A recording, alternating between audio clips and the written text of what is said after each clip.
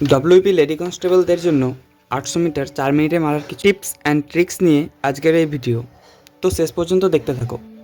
মাঠের মাঝখান থেকে ধরো এই জায়গা থেকে তোমাদের প্যান্ডেল করা থাকবে এবং এখানেই সেন্সার এবং ঘড়ি এখানটাতেই লাগানো থাকে।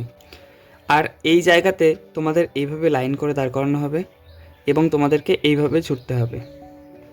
সবসময় চেষ্টা করবে যে যতটা পারবে এই চুনের যে দাগ দেওয়া থাকবে সেটাকে কভার করে ছোটার বা সেটাকে ধরেই ছোটার, কারণ যত যত এদিকে সরে যাবে না তত তোমাকে বেশি দূরত্ব অতিক্রম করতে হবে।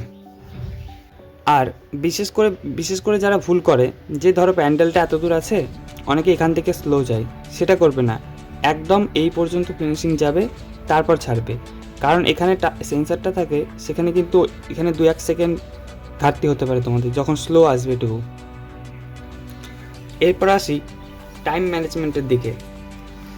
200 মিটারের ট্র্যাক সব জায়গাতেই, সেহেতু দেখো যে তোমাদের প্রত্যেকটা পাকে 800 মিটারে 1 মিনিট করে টাইম থাকছে, 4টে পাকে। প্রথম পাক সবাই কিন্তু জোরে যায়, সেহেতু 55 সেকেন্ড থেকে 58 সেকেন্ড।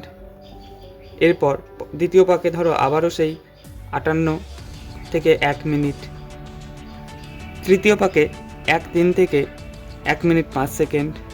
তাহলেও তোমরা দেখো, তোমাদের যদি এইভাবে দৌড়াও তাহলে এখানে 5 আর এখানে 2, 7 সেকেন্ড এবং এখানে 4 সেকেন্ড। এখনও কিন্তু তোমাদের হাতে 1 মিনিট 4 সেকেন্ড সময় থাকছে।